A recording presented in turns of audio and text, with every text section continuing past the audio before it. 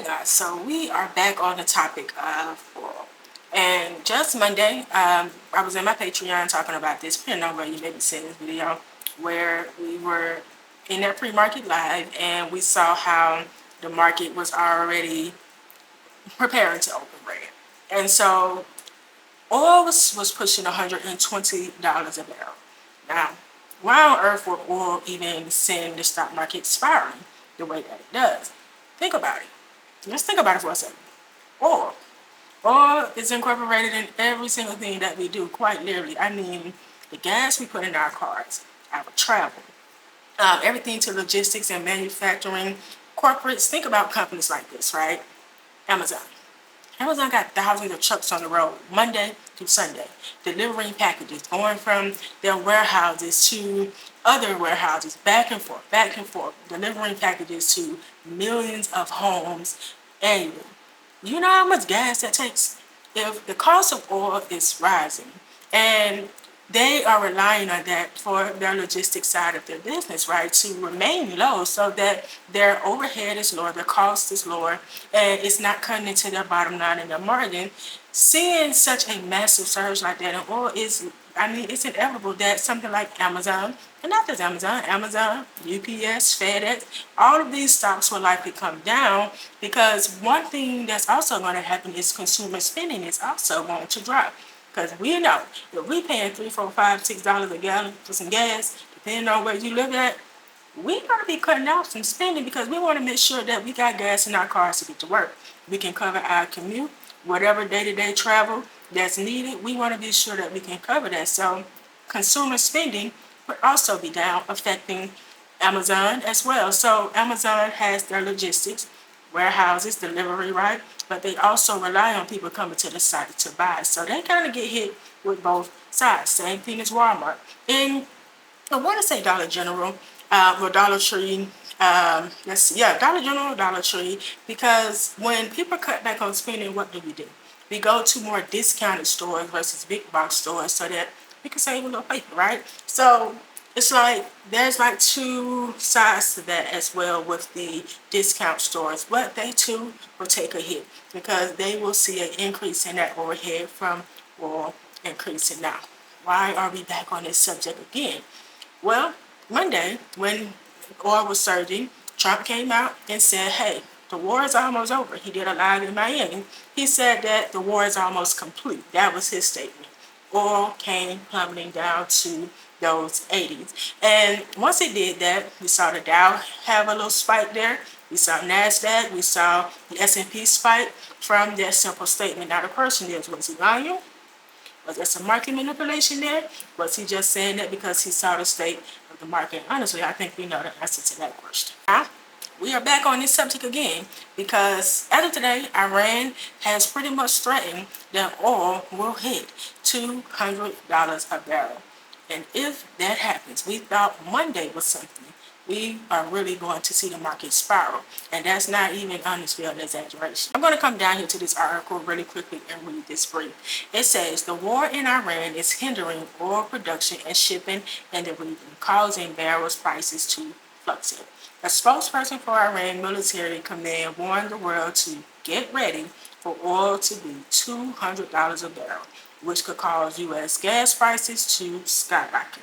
Meanwhile, the International Energy Agency agreed to release the largest volume emergency oil reserve in history, 400 million barrels. Now, the last time they did this was during Hurricane Katrina and the Gulf War. So this is something that they have not done in quite a while. It's been going on, the last 20 years now, which was back, Hurricane Katrina was in 2004, 2005. So they're doing that right now. And then you kind of have to look at with Trump too, with his little statement saying that we have, we have the supply.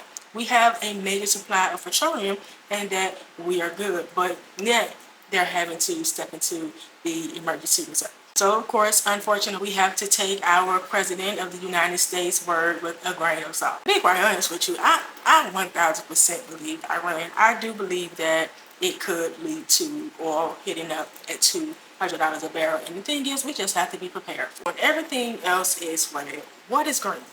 Likely, the energy mineral sector will be up.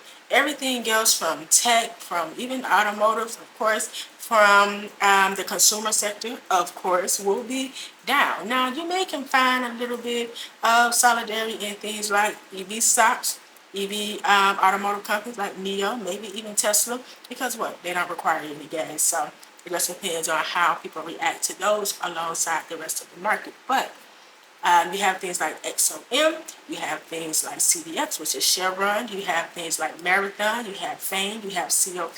There are a ton of stocks, you guys, in that energy mineral sector that you can definitely find that will likely be green, just as it was on Monday. Everything was red across the board except for the energy sector. And that's to be understood because it's in that oil space. As we kind of see how this thing progresses, as we see where this Iranian war leads. As of right now, it's pushing what, week 2, if I'm not mistaken, and Trump said this thing is going to last about 4 weeks. Very, very specific time frame when he himself said that it was almost complete. So maybe his 4 week time frame is his almost complete, considering we're in week 2. So we definitely want to see how this goes. If you have any stocks, any shares in the market, you definitely want to be prepared to protect your capital. You want to be sure that you are making decisions based on certain things that are happening, and that can definitely affect your portfolio. If you're in any trades, you most definitely want to be sure that if this is something you just need to sit out, of course. Now, listen, that's one thing about trading, that we can make money whatever way the market is going, but we don't want to just jump in and prematurely, and things could be going either way.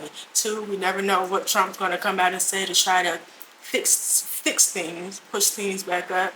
You're in push, you're going short, and then boom. Because a lot of people got messed up on Monday. I mean, I saw that across the board. A lot of people took a hit on Monday from Trump coming out saying that and sending the S&P up, down, NASDAQ, and sending oil and gold down. A lot of people took a hit. So you definitely want to be sure you're prepared to protect your capital and to definitely sit back and assess how things play out. So this is just definitely something I want you guys to continue to keep on your radar and to continue to watch the energy mineral sector as we kind of see where it's going. Oil dropped down to those 80s, but at this very moment that I'm doing this video, it has pushed up to $96.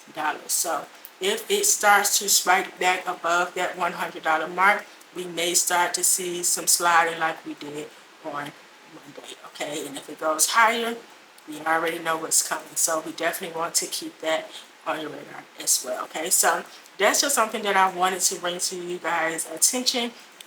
We know geopolitical tension can really make things weird on the market, and you don't want to be stuck holding the bag because you were either uninformed, you didn't catch on, or you just missed it. It happens. So that's why I'm here. So that's all that I have for you guys tonight, right? Hope this helps.